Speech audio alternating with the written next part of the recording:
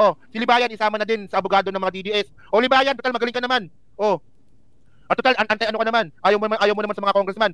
Ang gawin mo, di ba Libayan? O magano ka rin, magrekomenda ka din. Magrekomenda ka din na maging abogado ng mga fake news na vlogger. Teka lang, Takero. Teka lang naman.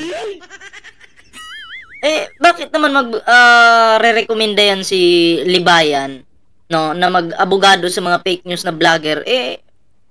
Tingnan mo naman si Libayan, no?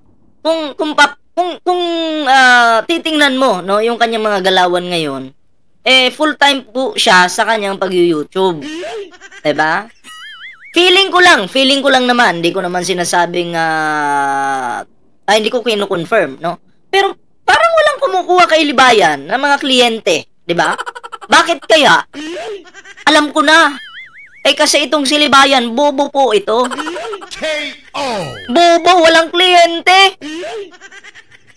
Okay? Tingin ko lang naman, wala namang kliyente, di ba? Kaya focus po siya sa pag-YouTube. Okay lang naman po yan na mag-focus ka sa pag-YouTube kasi syempre, trabaho din yan. Di ba? Trabaho din yan. Kaya nga lang, di ba, dapat priority mo yung pagiging lawyer mo. Sa bagay kasi, di ba, isa kang talunan. Di ba? Natalo ka, di umano.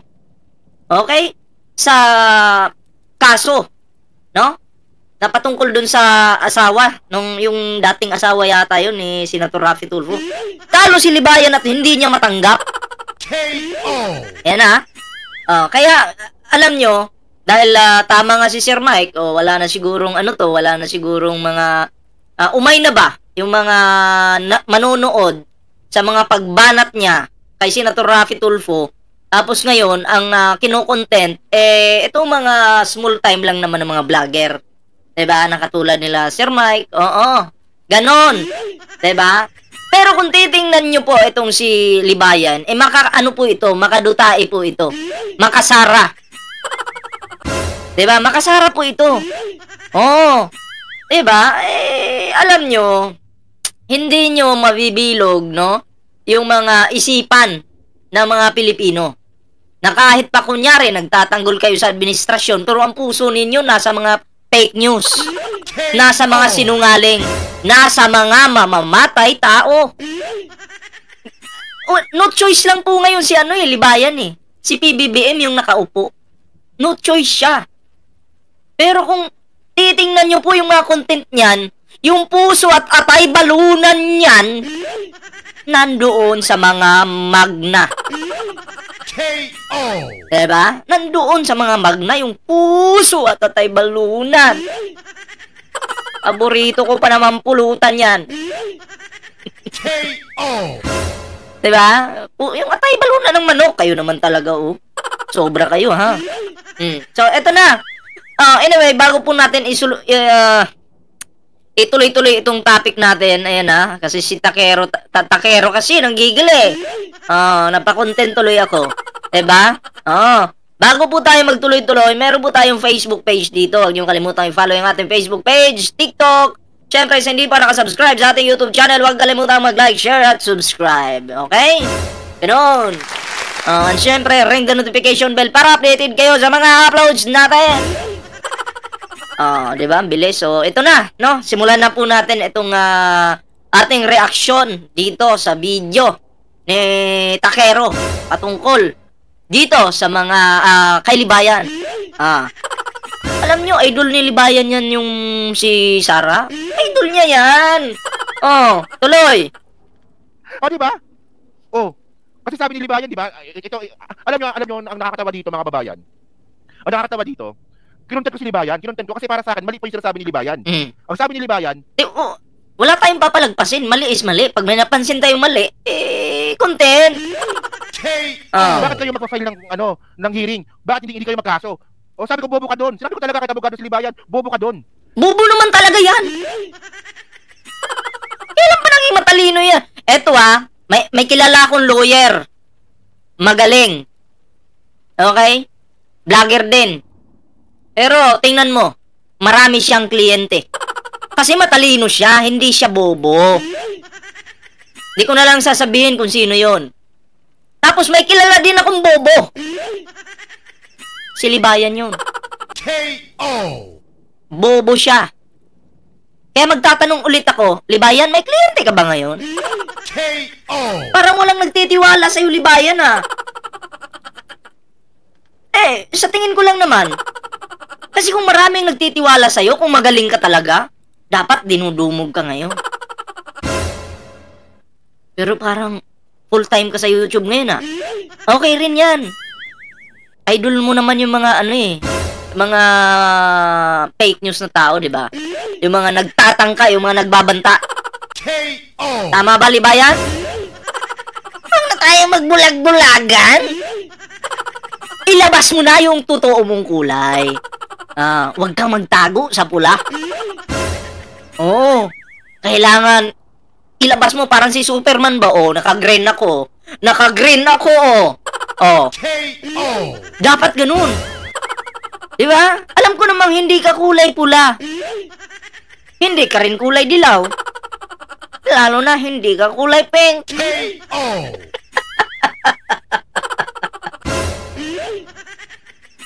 Di ba? Pero bakit mo kinakahiyang ilabas yung kulay green?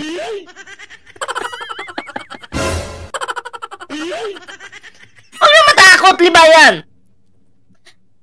Alam mo, Libayan, ikaw yung paborito naming i-content kasi ikaw yung parang leader dyan. Ayaw naming i-content yung mga kampon mo na wala namang mga bilang. Wala namang mga bilang pero nagpapapansin. KO! Diba? Walang mga kwenta. Ikaw kahit papaano, ikaw yung pinaka lamang ng 1% sa kanila. KO! Ganun yun. Kaya ikaw ang paborito namin pulutan sa social media. KO! Tuloy natin. Ang atin lang kasi, magpakatotoo tayo.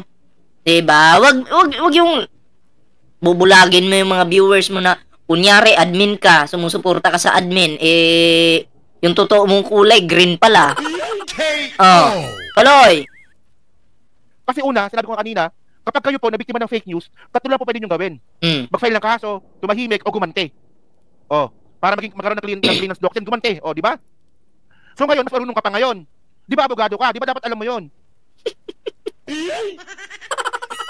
KO! Libayan, dapat alam mo daw yun, ha? Pag abogado ka, di ba, yung biktima ang mamimili. Kung anong gagawin niya. Magpa-file ba ng kaso, tatahimik, o gagante. So mas marunong ka pa sa congressman. Ang problema sa iyo, Libayan, dunung-dunungan ka rin eh. Ngayon, ang problema dito, hindi naman po kasi basta-basta mga tao, karaniwang tao, yung nabiktima ng fake news, mga congressman po yan. So meron silang ibang option. Bukod sa mag-file ng kaso, manahimik, gumanti ng fake news, so meron silang kapangyarihan para mag-inquire. Kung bakit ginagawa ito ng mga DDS, kung bakit sila gumagawa ng mga fake news. Dapat lang na may ipatawag yan sa Tricom. Kasi umaabuso na itong mga fake news na vlogger na to. Balita ko si Jiggy Barra kasama. Okay? Dapat lang talaga mapatawag. Kasi dun para makita din ng publiko. Okay, sino ba yung nagsasabi ng totoo? Itong mga DDS na vlogger ba? Itong mga PBBM vlogger ba? Itong mga kongresista ba natin? Sino yung fake news? Ganun. 'Di ba? Bakit parang masama yung loob nila na pinapatawag itong mga DDS vlogger? Huwag kayong mag-alala, hindi lang naman DDS yung pinatawag.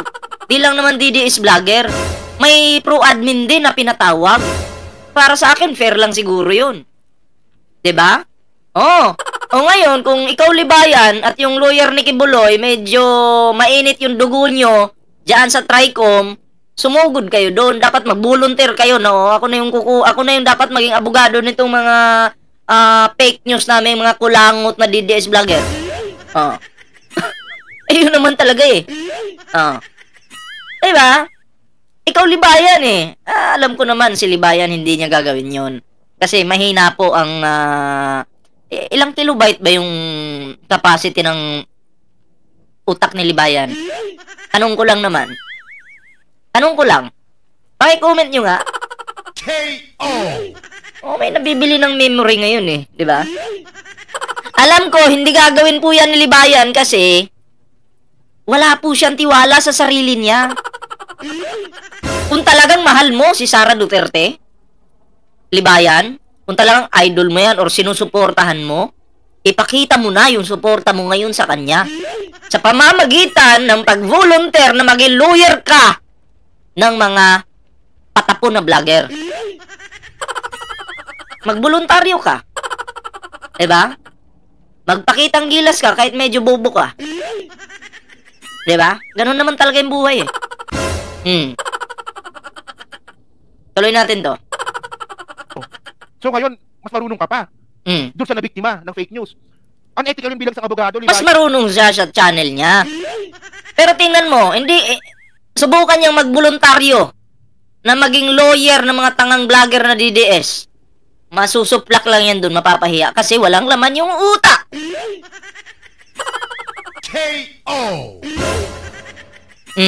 Ayan, dapat alam mo yon. Ang mamimili dito kung anong dapat gawin, yung biktima ng fake news. Hindi ikaw. O agree ba kayo doon? Tanga-tanga din eh. Oh, tama naman. Tama naman. Unang-una, agree ako doon na dapat yung biktima yung mamimili kung ano yung dapat gawin. Pangalawa, agree din ako na tanga si Libayan. KO. Honestly, abogado pero galing-galing yan eh. Pero nagbablog, nanginginig pa talaga eh. Akala mo nilalabasan eh.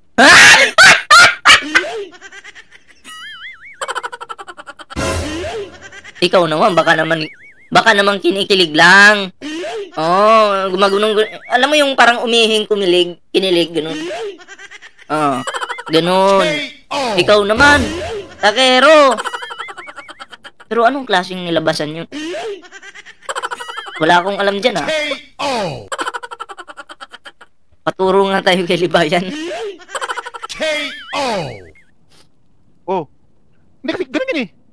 O ngayon, ito mga congressman at mga kababayan, kayo ba hindi pa kayo interesado? Tulad nga po na sinabi nga po ni Congressman Barbers, na bakit ba nila ginagawa ito? Bakit gumagawa ng fake news itong mga DDS?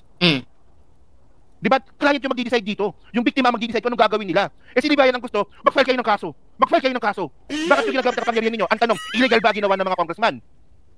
Legal! Natural! May karapatan silang mag-imbestiga. Ganito kasi yan.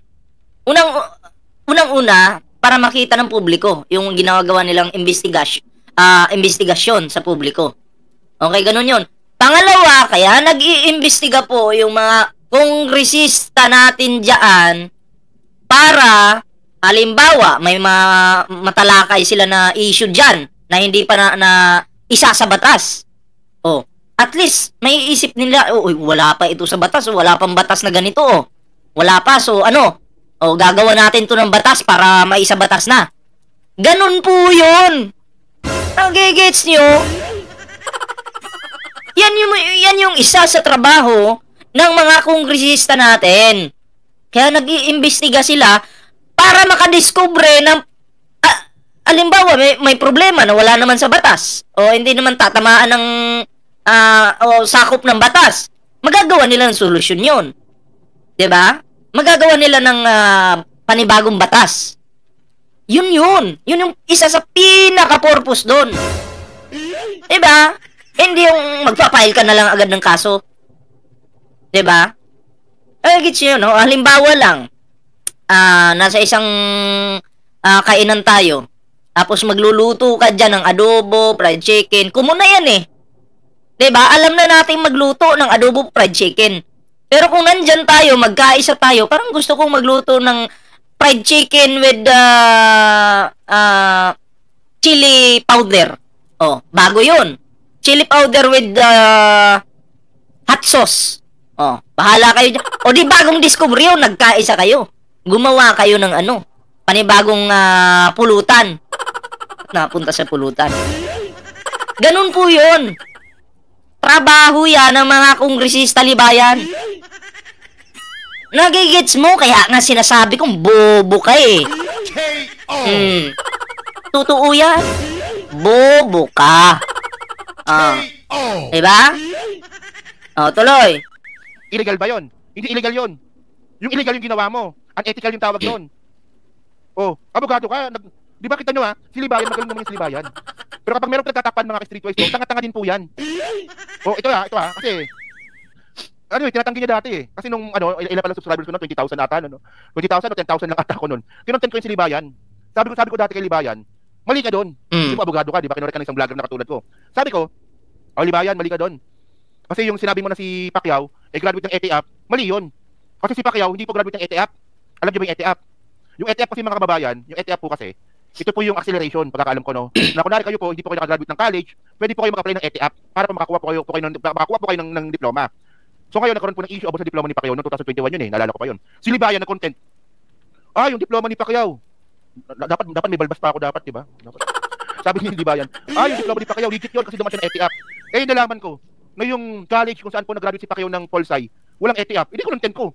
Sabi ko, hindi pa kita abogado ka, alam mo na lahat. Baka may pinagtatakpan. Kahit na may alam ka sa batas, kung hindi ka updated, wala kang alam. Nagalit yung Libayan, nagalit yung bakla, di ba? Totoo yan. Hindi porket abogado ka, alam mo na lahat. 'Di ba? Kaya nga sabi ko sa inyo, kaya nga kahit anong check ko dito kay Libayan, walang kliyente. Kasi kung matalino ka talaga, hindi ka ob-ob, bah, pipila sa'yo yung kliyente. Uy, kukunin kitang lawyer ha. Pagtanggol mo ako, may kaso akong ganito. Siguro lang naman, okay? Maybe. May kumuha sa kanya, tapos puro talo, walang panalo. KO. Nabuang na ning comment ni Ballpoint Man. Galit. So hindi niya ako nagawa ng content. Ang ginawa niya, nagparinig. Tapos nag-comment doon sa video ko. Di ba? So ngayon tinatanggi niya yun na pinatulan niya. Ibig sabihin, napakomment siya sa video mo, partida 20,000 subscriber ka pa lang nun. Siya, ewan ko kung ilan siya nun, basta mataas na yung subscriber niyan. Pero napakomment siya sa channel mo, ibig sabihin, okay, talunan siya. Nasagasaan mo siya. Okay, nabasag mo siya dun. Napahiya siya dun sa komento mo. Kaya kunwari na lang, para makita ng mga tao na magaling talaga siya, kahit di naman, magko-comment ng kung ano-ano doon sa mismong video. Para sabihin, tingnan nyo, si Libayan sumusugod, kita nyo yan, matalino talaga, matalinong bobo. Kita nyo, ganito, ganyan, ganun yung mga diskarte, di ba? Mahina si Libayan. Ako. Ay ang problema sa inyo eh. So ngayon, di ba? Nung kinontent ko si Libayan, wala na kasi gusto ko lang po talaga siya i-content kasi mali po talaga yun. Para sinabi nga ni Pepe Rizal, client magdi-decide sa payo ng abogado kung ano ang payo ng abogado na mas nakakaalam. Di ba? Ayan yun eh. Kliyente magdi-decide. Ngayon na-content ako na ano ka? Di ba? Ba't masurunong ka pa? Na gusto mo lang mag-file ng kaso, hindi lang naman ayun ang paraan. Maraming paraan. So ba yung mga aso ni Libayan na content? Pero hindi ko na mga aso ni Libayan? Grabe naman yan. Sasabihin ko pa ba yung mga aso ni Libayan dito? Wag na kasi, aso lang yung mga yan eh. Asong dalisin. Diba? Baka sumikat pa kasi, diba? Alam mo naman yung mga yan eh. Walang sariling diskarte. Gagamit ng pangalan ng ibang tao para lang sumikat. Diba? Basta, ang tawag na lang natin sa kanila mga aso. Asong buwang. Yung asong si Raulo na wala na sa tamang pag-iisip. Yung bigla na lang nangangagat. Sila yun. Diba? Dapin na sila sa akin ni Banat Boy. Loko-loko si Banat Boy eh. Hindi ko naman kilala yun eh. Sabi ko, tangin na itong mga to. Sabi ko, wala yan itong mga to. Tapos tinatanong pa ako kung binayaran daw ako. Ewan ko ba, di ba? Bakit daw siya bababa sa level mo? Sinabi niya ba yun? Di, okay lang, di ba? So, sino ka-level ko? Yung mga aso niya. Hindi, ang point dito, di ba? Inutusan mo yung mga aso mo na tirahin ako, so affected ka. Hindi kasi mali naman talaga yun eh. Kayo ba? Yan yung problema sa kanila eh. Yan yung problema sa amo nila, mag-uutos eh. Tapos yung mga asong ulol, sunod-sunuran. Tayo dito po, wala po tayong sinusunod na amo. Pag nakita natin, teka lang, palpak na to, babanatan natin yan. KO. Diba? Wala tayong papalagpasin dito. Tingnan nyo. Yang mga yan, binanatan nila ng binanatan si Senator Raffy Tulfo. Nanalo ba yung mga yan? Wala. Hindi po nila napabagsak yung tao. Diba? Hindi nila napabagsak. Bagkus, sila yung bumagsak. Sila, bakit? Eh, sumuko po sila eh. KO. Kahit anong gawin ng mga Tulfo, mali sa kanila. Tama ba yun? Pagiging bias na yun. Diba? O katulad yan, si Bitag noon, pinabitag ako. May basher na nagpabitag sa akin, pinabitag ako. Oh. Eh, binanatan ko si Bitag. Eh, bakit? Eh, mali yung basher eh. Binanatan ko si Bitag. Sa akin channel. Diba? Hindi ko pinalagpas yun. Mali yun. Pero hindi pagiging bias yun. Kasi pag meron din tama na ginagawa yung mga yan, eh, pinupuri din natin yan eh. Diba? O, hindi nyo alam, ako yung napabitag po. Sabi pa nga sa akin ni Bitag, supot daw ako. Oh? Pero wala yun. Pero pa siyempre, pamimersonal yun eh. Bakit? Eh, nakita mo ba akong, nanilip ka ba? Ito, bintol po ah. Pero okay na tayo, wala nang problema yan. Nakaraan na yun, nakaraan. Diba? Pero lang po yun. Eh sila, Libayan, yung grupo niya, pati mga asong ulol niya, anong ginagawa? Banat ng banat ng banat, puro negatibo yung binabato dun sa tao. Ano pong tawag dun? Pagiging bias. Diba? Bias ka! Oh. Mariusip naman. Agree ba kayo doon? Di ba? Na ang gusto lang ni Libayan, mag-file ng kaso yung mga congressman, eh marami pang paraan para gawin. Marami pang paraan na... Siguro, gusto nila mag-file ng kaso kasi hindi naman kasi ako lawyer eh. Pero pag nag-file ba ng kaso, natural, may perang involved yan eh. Kasi yung kliyente magbabayad sa mga lawyer, tama? Baka yun yung gusto ni Libayan. Malay mo, isa siya sa makuha na lawyer. Kaya ganun siguro yung suggestion. Na dapat gawin, bukod sa mag-file ng kaso, may mas marunong ka pa. Di ba? Mas marunong ka pa. Ba sabi ko nga, ano pa yung palusot nila? Sabi nila, di ba, na bakit daw ganon yung narrative ko? Na yung kalaban lang daw ni Magalong is congressman.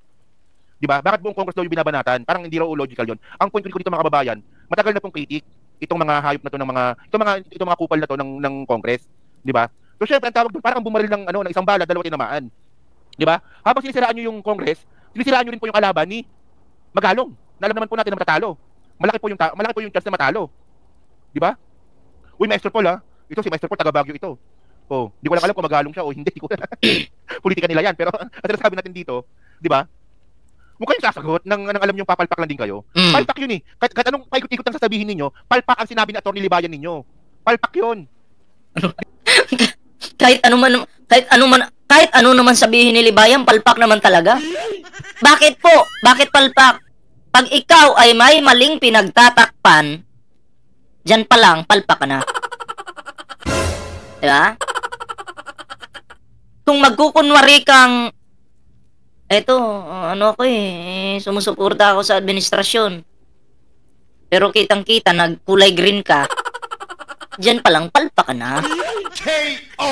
Huwag na tayong dyan, huwag na tayong magbulag-bulagan. Okay, klaro na po yan. So, yun lang po yung ating reaction sa video na to patungkol dito kay Libayan.